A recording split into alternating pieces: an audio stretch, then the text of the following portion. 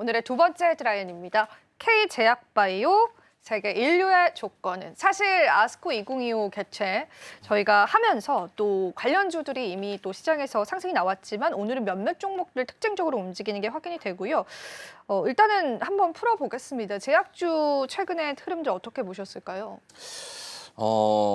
우선은 좀 제약주들이 다른 산업들에 비해서 좀 변동성이나 이런 부분이 몇 개 종목을 제외하면은 크게 힘을 쓰지 못했다라고 좀 볼 수 있겠고, 왜냐면 그 이제 트럼프 대통령의 관세에 대해서 제약 쪽은 약간 좀 벗어나지 않을까라고 했지만은 제가 본다고 했을 때도 계속해서 관세에 대한 얘기 나왔을 때 이 약값에 대한 관세나 이런 부분을 하나둘씩 좀 얘기 나왔던 그런 상황이었고, 그리고 이제 이 대선 후보들 같은 경우에도 다른 산업 대비해서는 제약 바이오에 대한 어떤 산업에 대한 언급을 거의 지금 잘 안 했었거든요. 왜냐면은 이 제약 바이오라는 산업 같은 게 굉장히 좀 복잡하고 시간이 굉장히 좀 길기 때문에 이거에 대한 구체적인 로드맵을 제시하기에는 좀 힘들지 않았나라고 좀 생각이 되고 있고요.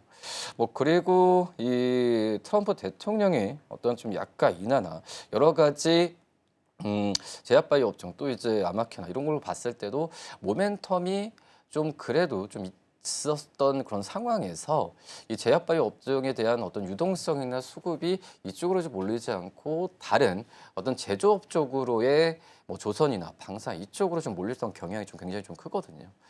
제약바이오 업종 같은 경우가 아시겠지만은 당장 어떤 실적이나 이런 부분이 나오는 일반 제조업처럼 상품을 만들고 수출해서 이익을 잡히는 구조가 아니기 때문에 실적에 대한 펀더멘탈로도 들어가기가 그전보다도 이제 어떤 좀 정량적으로 지금 측정하기 힘든 게 바로 제약바이오 업종이라고 좀 볼 수 있기 때문에 이런 여러 가지 부분에 있어서 이 투자 심리나 이런 부분이 안 좋다라고 볼 수는 없지만은 좋아질 수 있을 만한 모멘텀이 제대로 좀 반영이 좀 안 되는 구조로 가지 않을까라고 좀 판단이 좀 되면서, 하지만 최근에 좀 올라가는 이유 중에 하나가 여러 이제 모멘텀도 있겠지만 시장에 대한 어떤 좀 경기 방어주에 대한 관심 이런 부분에 있어서 기술적 반등이 좀 나오지 않나라는 생각도 들고 있습니다.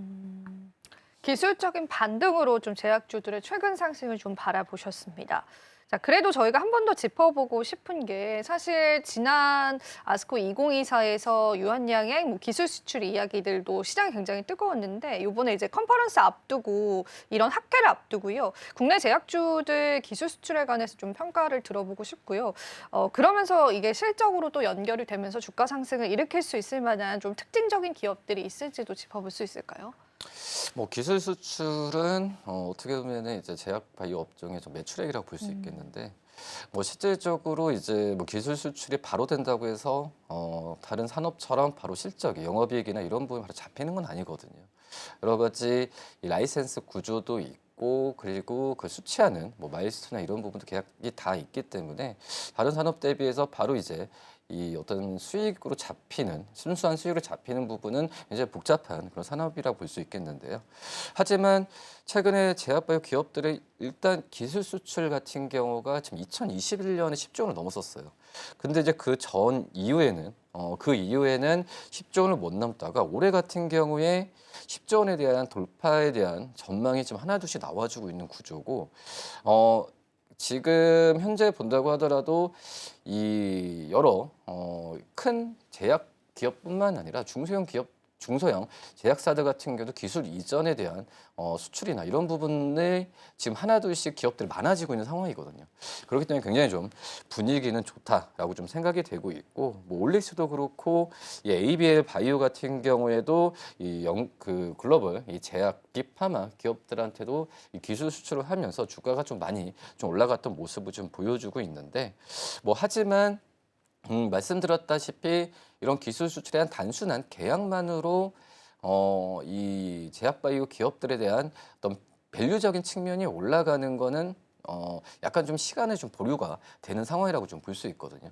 그렇기 때문에 마일스톤이라는 부분이 있잖아요. 마일스톤 뭐 아시는 분은 아시겠지만은 일단은 완성돼서 이제 어떤 기술 이전을 뭐 그 어떤 로열티를 이렇게 받는 그런 구조가 아니라 임상 1상이나 이상 여러 단계에서 받는 마일스톤 구조가 좀 그 적극적으로 좀 해야 제가 봐도 이 제약바이오 기업들 같은 경우에는 기술 이전에 대한 부분이 실질적인 실적으로 잡히는 구조가 마련되지 않을까라고 좀 생각이 좀 되고 있어서 단순한 어떤 계약만으로 좀 평가를 하는 것보다도 뭐 그런 구조를 잘 하고 있는 그런 기업들한테 좀 관심을 더 가지는 것도 나쁘지 않다라고 좀 생각이 됩니다.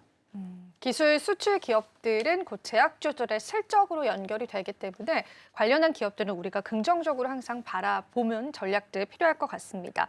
자, 그리고 또 한 가지 좀 여쭤보고 싶은 부분들이 IPO 시장에서 제약주들이 최근에 좀 성적표가 좋았습니다. 뭐 이민현시아도 이제 대표적인 그 기업 중에 하나였는데 물론 이제 고점 이후에는 하락을 나타내고 있긴 하지만 이 IPO 이제 제약바이오주들 성적과 함께 앞으로의 또 전망들도 좀 들어보고 싶은데요. 지금도 신규 상장 기다리고 있는 기업들이 있는데 하반기까지도 이런 성적표는 이어질까요?